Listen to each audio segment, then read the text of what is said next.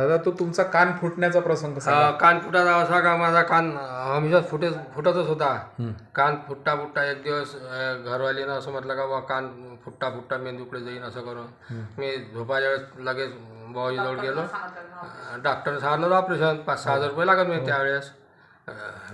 ऑपरेशनची भीती वाटत होती त्यामुळे मी औषध घेऊन तो बसला का आधी गाठमध्ये फुटे.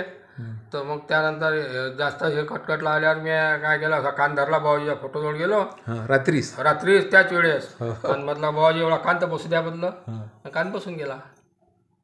तेव्हापासून उमळलाच नाही. उमळला नाही डबल. 15-20 वर्ष झाली. 20 वर्ष होऊन गेले. डॉक्टर जवळही जायला लागलं काहीच नाही औषध घ्यायला लागलं.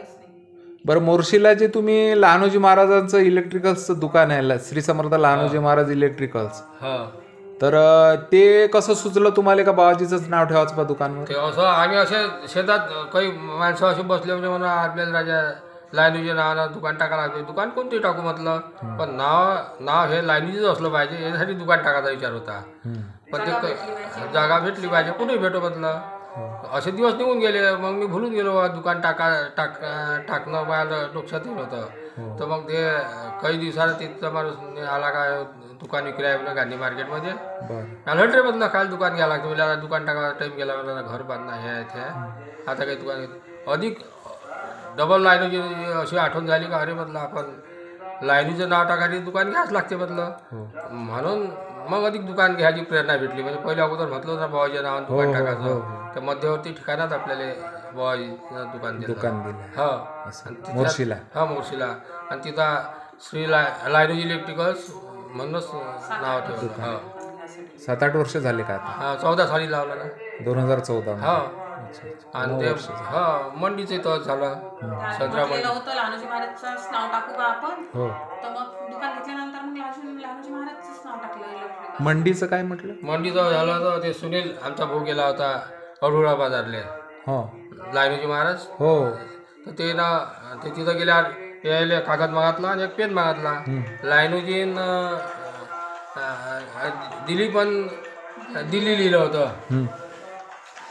त्या तिकडून आला तो सांगे बाबाजीनं म्हणे दिल्ली लिहिलं म्हणे कागद दिला म्हणे. का ते 2 अर्थ होते म्हटलं बा दिल्ली म्हटलं तर वर जावं लागते का म्हटलं, नाही तर मग म्हटलं दुसरा अर्थ असे होते का आपल्याला दिल्लीवाल्याची मंडी भेटल. तिथून काय 6 महिन्यातच ते सौदा झाला. 11,500 स्क्वेअर फूट जागा अर्धी पाडली भेटली. असं काय? आता आपण आता मी तुम्हाला दाखवतो. मोर्शीला असं काय? आमचं सर्व काही जय कोयती आणि ते आम्ही ट्रॅक्टरवरही लहानवर पणच लिहिलं होतं. वाहनही कोणतेही घेतले. तुमची श्रद्धा निष्ठा आहे ना आता वडिलापासून निष्ठा आहे तुमची. आणि हेच पिढ्यात उतरणं आवश्यक आहे. नाही तर काही जणांची की नाही पूर्वज हे भक्त होते, परंतु आता तरुण पिढी जे आहे ते तरुण पिढी नाही आहे, बाबाजीच्या मागे नाही आहे. तेच तर तीर्था गेलं पाहिजे म्हणून साखरखेड्याला गेलं का बस सगळे तीर्थ बाबाजीच चरणी आहे की नाही. आणि कुठं चुकून गेलोय आपण तर बाबाजीचंच नाव निघते पाहिजे आहे की नाही. पंढरपूरलाही गेलं तरी बाबाजीचं नाव निघते असे भक्त आहेत. कित्येक भक्त सांगतात सगळ्याच रूपात देते बाबाजी दर्शन. तर आमच्या दुकानच्या वर स्वतः काही थोडी त्याच्या जन्म सर वाढली सर गेला स्वतः टाकर खेळले म्हणजे दुकानाले पुरी तोही झाले ना. ट्रॅक्टर 2 व्हीलर मोठी गाडी सगळ्या याच्यावर लहानोजी महाराजचंच नाव असतं. त्यांना ते महात्म्य कळते ना का या ठिकाणचं महात्म्य काय आहे असं कळते ना कालांतरानं. सहवासरात राहणारे लोक सुद्धा मोठं होतं नाही. 12-13 एकर जमीन होती आपल्याजवळ. अच्छा आता किती एकरची? आता 35 एकर आहे. 35 एकर एरिगेटेड आहे. सर्व जमीन बोलताची आहे. हो. आणि संत्रे किती याच्यात आहे? 27 एकरात. 27 एकरात संत्र्याची बाग आहे. तर तुमच्या सुनबाईला आलेला प्रसंग सांगा तुम्ही. मला प्रेग्नेन्सीच्या वेळेस आलेला अनुभव आहे हा. बरं. आम्हाला डॉक्टरांनी म्हणजे 5व्या महिन्यात जी टेस्ट केली होती ट्रिपल मार्कर ती पॉझिटिव्ह आली होती. बरं. डॉक्टरांनी सांगितलं होतं जर म्हणजे असं तुम्ही अटॅचमेंट होऊ नका याच्यासोबत, हा गर्भ काढायला लागू शकतो तुम्हाला. तर मग आम्ही म्हणजे त्या टेन्शनमध्येच होतो. मग घरी आल्यावर बाबांना सांगितलं, बाबा म्हणे तुम्ही एकदा टेस्ट करून पहा दुसरी ट्रिपल. मग आम्हाला NIPT टेस्ट सांगितली होती करायला.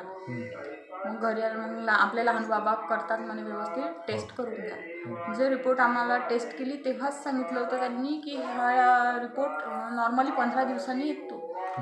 हां, पण 15 दिवसांनी येतो. तर जेव्हा हा मार्क्स म्हणजे ग्राफ थांबणार तेव्हा, जर हा ग्राफ 15 दिवसात थांबला आणि हा समोरही जाऊ शकतो. पण मग ती टेस्ट केल्यावर आम्ही घरी आलो, सर्व लहानुजीवर सोडून दिलं. बाबा म्हणे आपलं काहीच नाही करत, लहानुजी महाराज जे करतात तेच, हां व्यवस्थित असलं तेच करते.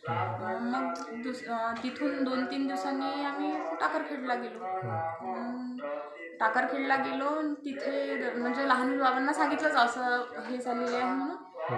तर मग लहानुजी बाबांनी आशीर्वाद दिल्यासारखंच आम्ही निघालो. तेव्हा मग लहानुजी बाबाची आरती वगैरे, शंखामुळं काही असा हे असला म्हणते, तर तो शंखाचा आवाज ऐकला पाहिजे गर्भाच्या ह्याच्यात. तर आम्ही शंखनाद आम्ही निघायची वेळ आणि लहानुजी बाबांनी तेव्हा शंखनाद केला.